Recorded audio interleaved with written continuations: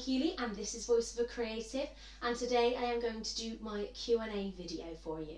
I received quite a lot of questions in the comments and things like that, so I'm going to try and get through as many as I can. Thank you so much to everybody that submitted questions and to all of you that have subscribed recently. It's been really fantastic to see my subscribers rise so much, and it's really nice to be showing my videos to even more people now. So I'm just going to go through the questions, and I've got the questions written down, so if I look down, that's what I'm looking at. Okay, so how did I get started sewing? So I have mentioned this in my seamstress tag video, but I will just quickly go through it again.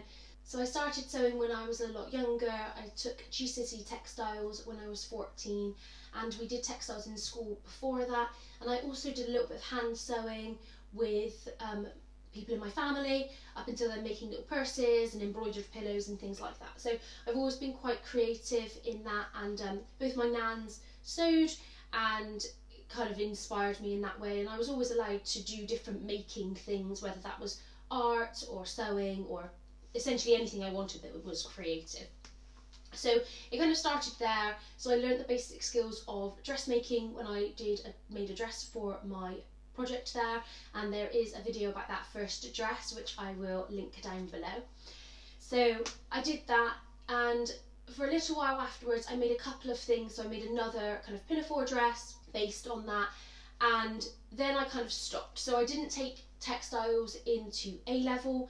I did psychology, art and drama instead, and then into my degree I started sewing again in the first year of university. So my degree is art and drama, and I was starting to realise that, you know, going out on nights out, going to university every day, I was kind of lacking in those kind of everyday clothes, and people seemed to be a lot more stylish or a bit more individual in what they were wearing. And I thought, do you know what, I could make some stuff. So I started off making skirts, first of all, cotton skirts. So I went to my local fabric shop, which is the Nylon shop, and I basically bought cotton. It was normal cotton fabric, and I made some elasticated skirts, and then I kind of moved into making waistbands for the skirts, so like a rectangle waistband, and then gathering the skirt onto that, and then went more into making dresses as well, just as for like nights out and things. At this point I was still buying clothes as well, and making some, and I was using kind of the same pattern and then just changing it each time. So it was kind of a corset bodice pattern. So it had the centrepiece and then two side pieces, and then two pieces either side of the back as well. And then I just changed up the skirt, adding those on. And if I can find any pictures, then I will post them. But otherwise I'm going to do another video that shows some of my developments in skill over time, because I've been sewing now for over 10 years, I think. So I'm 29 now, and I've been sewing since I was 14, so it's quite a long time, and I've gone through a whole range of different things, and it's been a really kind of steep learning curve. You know, you learn so much to do with dressmaking, and I've learned so much even in the last year since I discovered indie patterns. So it's been really good, and I'm really glad now to be part of the community. So a bit more about my journey. I started with woven fabrics, and then I went on to jersey about 6 years ago, and I much prefer working with jersey just because things are more wearable, and I still do find myself kind of staying away from woven fabrics a bit more, although I'm trying to kind of re-look at them again, because I know now there are so many fabrics out there, that like patterns of fabric that aren't on jersey, they're like on viscose and things like that. So actually I want to still use those fabrics. There's some really beautiful stuff. And also if you look around kind of when I'm at school and things like that, you know, I'm seeing people wearing viscose, I'm seeing people wearing shirts and trousers, and I want to be wearing those things as well. So the next question is, do you have a dress form? Now, I do own a dress form. I bought an adjustable dress form when I was at university still, so when I was 20, so about 9 years ago. At the moment, it is not in my house. It is wrapped up very safely in the garage, and that is because when I moved out of my mum's house, we moved into a smaller house, and there's not space for it in here really. and it's quite freaky to just have like a dress form in random rooms. Could look quite ghostly. So it is in the garage at the moment. However, because I've recently started sewing with woven fabrics a little bit more again, I am wondering whether I can get it out and just hide it somewhere, because I think it is really useful to me. So do I use it for drafting patterns, for fitting, or just photography for my makes? So originally when I got it, I used it for drafting patterns. So I used to drape the fabric on and then kind of pin and tuck and sew different bits on it. And that way I was making patterns that would fit me more. So I've always had like a larger chest. So I kind of adjust the chest before I knew what a full bust adjustment was. I'd just like add to one piece and reduce it on another piece to increase the curve of the bust. One thing about an adjustable dress form is it might not be perfectly to your size. So obviously there's a bit of a limit to what you can do with that. So yes, for drafting patterns, mainly for draping or for pinning on pattern pieces to see how they looked. What I did with my dress form is I actually had an adjustable one, so I would adjust the under bust and the waist to be and hips to be the correct size. But then what I did is added a bra onto it, and then I stuffed that bra with like socks or something, and then measured it to make sure that I had my bust measurement. So it actually meant that I had my proper bust there. So it made fitting patterns, especially for woven fabrics, very easy. What I found is that when I came to working with jersey with the dress form, it just didn't work as well. And I think it's because obviously jerseys have negative ease quite a lot of the time, and they stretch onto your body, and your body isn't this like hard thing like the dress form is. And it makes it really difficult to like stretch something onto it. So that's why I kind of stopped using that dress form. I did try to use it for a bit, but it just wasn't working for me as well. And with jersey, it was quicker to try it on. There was less kind of pattern pieces and less pinning and adjustments that were needed, because I drafted the pattern myself anyway from something I already owned that I knew that fitted me. So, you know, there was less need for it. And then obviously we moved house and it got put away. I did use it when I was making things for other people. So when I first started sewing, I made a lot of stuff for my mum and for my sister, and I made a wedding dress for my husband's mum, and I did use my dress form a lot for that because I could adjust the waist and hips and bust, and sometimes I would stack the shoulders so that the shoulder measurement would be higher, and just kind of adjust it in that way as well. So they are really useful. I think if you're sewing for other people, or you find fitting really, really difficult, like turning around and like adjusting it on yourself, then I think they're really useful. I think it's well worth getting one. I think mine was about £100 at the time. I don't know what make it is. It was blue. And you could adjust the height of it as well as measurements on the hips, waist and bust. Oh, and the shoulders. You could also adjust the shoulders. It had a piece at the chest here that you could adjust the shoulders. Mine did break though. I've like taped it together at the neck. So I would probably say that going for one that's a bit more expensive. Mine was all plastic on the inside and it became very stiff. So kind of have a look at that, and it might be worth spending a little bit more to get one. But I would recommend an adjustable form because it's just easier. Then if you do put on weight or lose weight, you can adjust it. Are PDF patterns worth the hassle? I have been wondering this myself recently. So I do choose PDF patterns most of the time. That's partially because they are physically cheaper, but then you have to print them and obviously put them together. Now I don't mind the kind of task of placing the pieces of paper together. I often take PDF patterns to my sewing club, which is once a month on a Friday night, and kind of sit and chat and put that together, and that usually works out quite well. I do have a few patterns that I'm avoiding putting together because of the amount of pieces, but I haven't yet sent them away to like net printer or anything like that to get printed. So I don't really have that experience to say, oh, that's better. So I do love PDF patterns. You can get them instantly, which I think is amazing. And you can watch my PDF pattern collection video, which I will also link below for you. But actually, I also like printed patterns. I'm not either or, you know. If I see a printed pattern, I'm actually there physically to buy it, then I will do, and then I will trace off the pattern so I can use it again. and that is mainly because I sew for other people. I don't just sew for myself. So if I buy a pattern, I want to be able to make it in different sizes, and obviously if you cut it, you can't really do that unless you can grade it up again. But I think it comes down to personal preference, and I just think that basically sometimes I just want a pattern, and if I can get it straight away, and especially if it's from like America or Canada or something, you don't necessarily want to be waiting for that paper pattern because it might take a long time, or the shipping might be a lot. So it's a chance to kind of try out more patterns. So another question, have you ever used an itch to stitch pattern?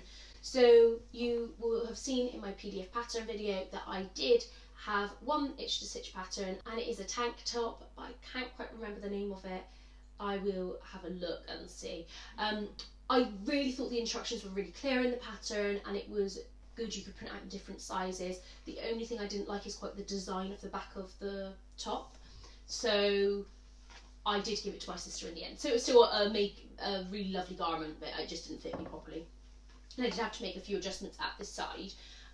So I will try one of their patterns again, but I am going to try and stop buying patterns for a little bit, because after doing my PDF pattern video, I realised that I have a lot of patterns that I have not made yet.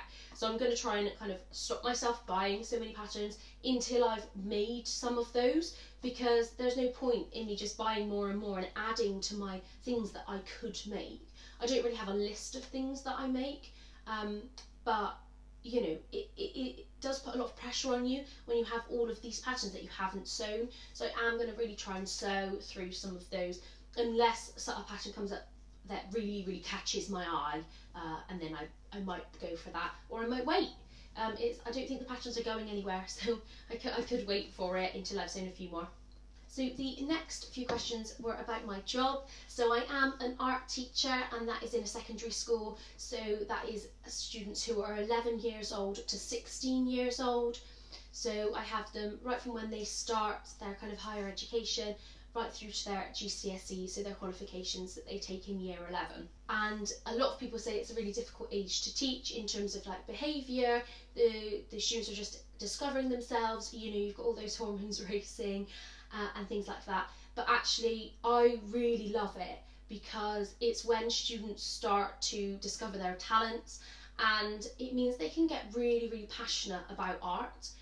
And art is a fantastic subject to teach. You know, there are those occasional students who don't enjoy art, but on the whole people really do enjoy it. They enjoy being creative, and I absolutely love teaching lessons. I find it fantastic every single time. You're not going to teach one lesson exactly the same. Each student responds to things differently, and you have to teach things in different ways, and it never gets boring. And do you know what? When a student is successful, it is the most amazing feeling, and it's passing on the things that I know to others, which is just amazing. And the fact that I can do that in a subject that I love is fantastic. So do my sewing skills ever come into my lessons, and how? So obviously as an art teacher, textiles does come into that. We don't have it much in our schemes of work at the moment, but we've had to get rid of textiles at our school 2 years ago. So I am trying to think of ways that I can get more art, textiles and sewing into the art lessons, and that's kind of a work in progress, with working with budgets and materials and things like that. There are a few students in my class that want to be kind of designers or want to get into sewing, and I've kind of said, well, we might do an after school session or something like that, based on that. So that's something that hopefully will be coming up. This year I am teaching year 7 textiles lessons. So that basically means that they are going to be learning some sewing skills, and they are going to be making these little felt monsters. So they're going to be about this big, and they're going to be made of felt and cotton, and they're just going to be hand sewn together. And I really love that project. I did teach it a couple of years ago, and the kids are so imaginative. Like literally, they just come up with so many amazing things, and they're just like, oh, can I add a skirt onto it? And I'm like, why not? Carry on. So yeah, so that's kind of where it's kind of coming in. But there are always those artists that might embroider in a piece of work or something like that. So I've had to really upscale if a student chooses a certain artist or something like that, so I can like help them with their work with that. So this is quite an in-depth question. Do you find that creative students are interested in your clothes if you know you sew them? Does it inspire them more, or does it make you an eccentric teacher? So I never miss an opportunity to say I've made my dress. Even the smallest compliment. I mean, I do. One thing that is lovely in schools is, yes, there might be people commenting negatively about you, but there is so much more positive. You know, you'll get, oh, your hair looks nice today, miss. Oh, you look really well today, miss. Oh, I love that dress. I love the pattern. Or, oh, you're wearing nice shoes, miss, today. And I do get the kind of dress comments quite often, because I really do go for patterned fabrics, which stand out quite a lot. And they kind of look at the dress and they say, oh, miss, I really like that fabric. And I'm like, oh, I made this dress. And they really respond really positively to that. They are kind of like overwhelmed. They're like, oh, wow, that's amazing.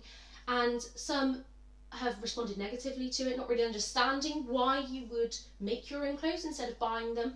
But on the whole, they're really positive and really supportive, and they kind of ask me what I'm going to be sewing next, and always ask, oh, miss, did you make that dress? And actually want to know more about the sewing world and how I go about making things. So that's always really positive. In terms of inspiring them, I think it does. I mean, I think I come off as a little bit eccentric anyway, because I kind of go off on one talking about artistic intention or creativity, or kind of just letting yourself focus on doing something, or kind of talking about pigments in paint or and the colours of paint I prefer. So I think the art teacher kind of has that covered. I don't know that I am the most kind of loud dresser, so I try to go for a patterned dress and then a kind of a plain cardigan, plain shoes and tights, and just kind of stick with that. So why do I sew? So the main reason that I sew was first to have clothes that nobody else did. So I knew that I could choose fabrics that nobody else would buy and make things and designs, my own designs, that nobody else would have. I might be inspired by the high street, but actually I would then kind of develop that in different ways, or inspired by the pattern but then add little bits and pieces. And that was when I was a bit slimmer. I was more of a standard kind of straight up and down size, although I did have a chest, but I still fitted into high street clothes. Now it's more because I want good quality clothes and I don't want to pay loads and loads of money for them, but I also want clothes that fit. As I've got older, my body's changed slightly, you know, my legs and hips have increased in size, which I'm not worried about, but it does mean that high street clothes often don't fit me, or I find them too tight across the shoulder, or they don't fit on the chest but they fit in the waist. You know, I don't fit into that standard measurement, and I think making clothes allows me to adjust that and make the things that I want. And quite often I find fabrics that I really love and then I can make it into what I want, and I find that really amazing, and it's a chance for me to be creative in things I wear every day as well as my job and everything else. And the last question, did you get to see Swatch in Mood in New York? So in New York I went to Mood, and this was for my honeymoon, and Mood was completely different to how I thought it was going to be. I thought it was just a big storefront that you went in. So I watch Project Runway, and on there they always go shopping in Mood, and they always see Swatch the dog, who's kind of the mascot of Mood, I guess. So I went there and I was expecting to just walk into this massive fabric shop, but you have to go in an elevator and go up to the store, and then there's just so much fabric. It was really overwhelming. So I found my way to the jerseys, and that's what I mostly bought there. And I did get to see Swatch, but it was just for a minute. He was sleeping in kind of the like foyer area. So I did see him, but I didn't get to pet him or anything like that. There are a few more questions here about me sewing jersey, but what I'm going to do is make a different video based on those questions. So if you've got any questions about sewing jersey, or how I finish my garments, or how I make the patterns for them, or anything like that, please comment them below, because I'm going to do a second video on that, which will be in a couple of weeks' time. If you liked this video, please press the thumbs up and subscribe if you want to hear more from me. Goodbye!